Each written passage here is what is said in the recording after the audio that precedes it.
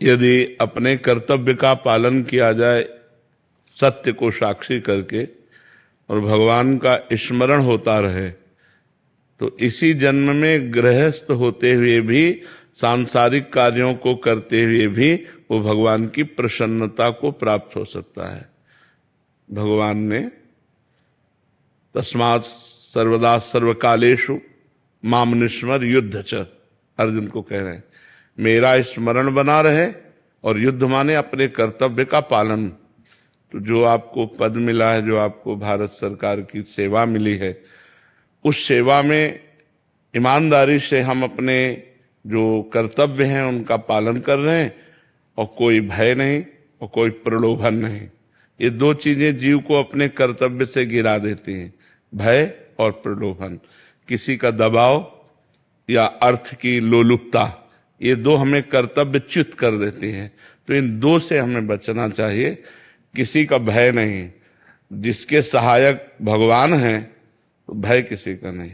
अगर कोई जैसे ऐसे कहे ना कि हम आपको गोली मार देंगे, तो बटन खोल देनी चाहिए, मार के दिखाओ।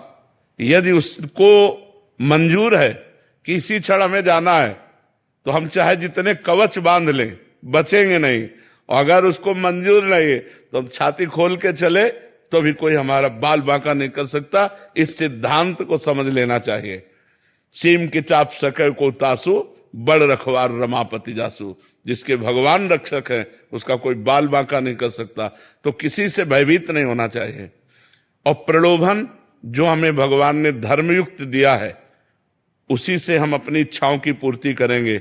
अधर्म के द्वारा प्राप्त धन से जो इच्छाओं की पूर्ति की जाती है वो नाश की तरफ ले जाता है, और जो धर्म से प्राप्त धन से इच्छाओं की पूर्ति होती है वो उन्नति की तरफ ले जाता है। इसलिए प्रलोभन और भय का त्याग करते हुए, अपने कर्तव्य का पालन करते हुए भगवान का स्मरण करे तो लौकिक उन्नति और पारलौकिक दोनों होती है। और यही हमारे मनुष्य जीवन का लाभ है, क्योंकि मनुष्य बनकर हम उन्नति को प्राप्त हों।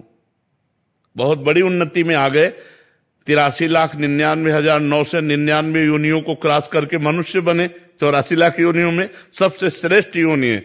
और उसमें भी हमें भगवान ने विवेकवान बनाया, हमें भगवान ने भारत सरकार की सेवा दी। तो अब हम ऐसे कर्म करें कि इससे नीचे न गिरे। इससे नीचे जीना अब आपके लिए नहीं हो सकता। जैसे मानो इतनी ऊंचाई पर हम आए मनुष्य जीवन में, और उसमें भी इसमें अब आप नीचा जीवन पसंद नहीं करेंगे, अब ऊंचा जीवन पसंद करेंगे। तो हम ऐसा भजन करें, ऐसा कर्तव्य करें कि हमारा पद ऊंचा हो, हमारी सेवा बढ़े और हम प्रभु को प्रसन्न करने वाले बने। हमारी भावना यही, अच्छे से स्वस्थ रहकर भारत की सेवा कीजिए और आगे बढ़िए। जो भगवान सेवाएं दें तो और आगे बढ़िए, पर धर्म का सहारा लीजिए। आज जो है हमारी समाज को अधर्म धीरे धीरे घुन की तरह खोखला कर रहा है। छोटे छोटे पदों से लेके बड़े पदों तक अधर्म का प्रवेश हो रहा है। अधर्म, झूठ बोलना, मदिरा पीना, पराई स्त्री से व्यभिचार करना, नाना प्रकार से धन आदि की इच्छाओं को रखना, ये अधर्म जब, तो फिर समाज सेवा नहीं बनती, फिर समाज शोषण होता है।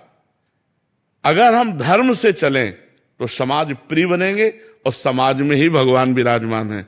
सब रूप सिय राम में सब जग जानी, करो प्रणाम जो। हम इस समाज के रूप में भगवान ही विराजमान है।